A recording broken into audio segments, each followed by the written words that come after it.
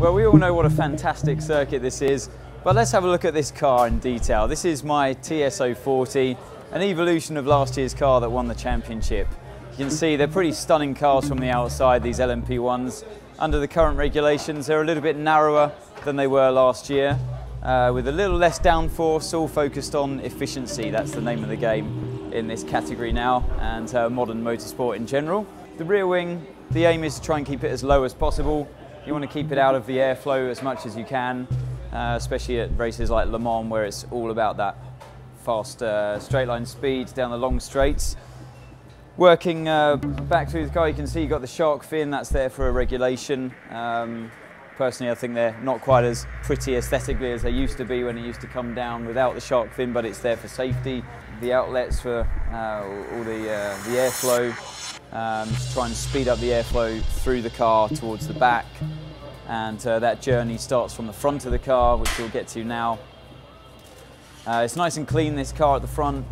Bit of a different concept on the nose compared to the competition slightly, but different teams have different philosophies, and it's all about trying to keep you know, as little drag as possible on the car. And then all bits on the car, like these flick ups, are really important. They help to channel the air around the wheels that are rotating. They always cause the most friction and disturbance to the airflow, so it's all about trying to get it away from that rotating wheel. So that's the outside of the car. Let's have a look at the inside. This is the driver's office.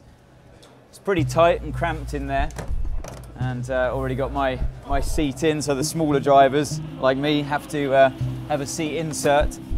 It's quite hard to get into, and yeah, the driver change is really important in these cars, to do it quickly, efficiently, and make sure that you're comfortable, because you're in here for a long time, around 2 hours at a go, that you'll repeat later in the race as well. And yeah, so first thing, steering wheel, pretty close to the driver. As you can see, it's quite cramped in there.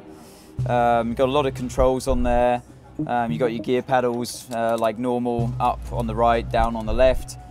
You've got your wiper and your light flashing on the bottom paddles, pit lane limiter on the top right, and your main multifunction in the middle, with your traction control at the bottom, the 2 dials at the bottom. This is our one and only air vent, so the airflow comes from the front of the car through this tube and then blows directly onto the body, but you can see it's guarded by the steering wheel, and it's really not enough airflow for the drivers for the hot races. No air conditioning in these cars at all, so on a hot day we're in here sweltering, and yeah, it's pretty sweaty work.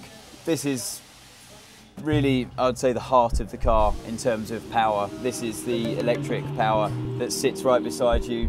It's about the same weight as I am, and it's about half the power of our car comes from the electric. So in LMP1, obviously a hybrid class, so a lot of your power is coming from the electricity, and in the beginning quite a scary concept to think that you're sitting so close to something so powerful and full of electricity, but yeah, we're more than used to it by now.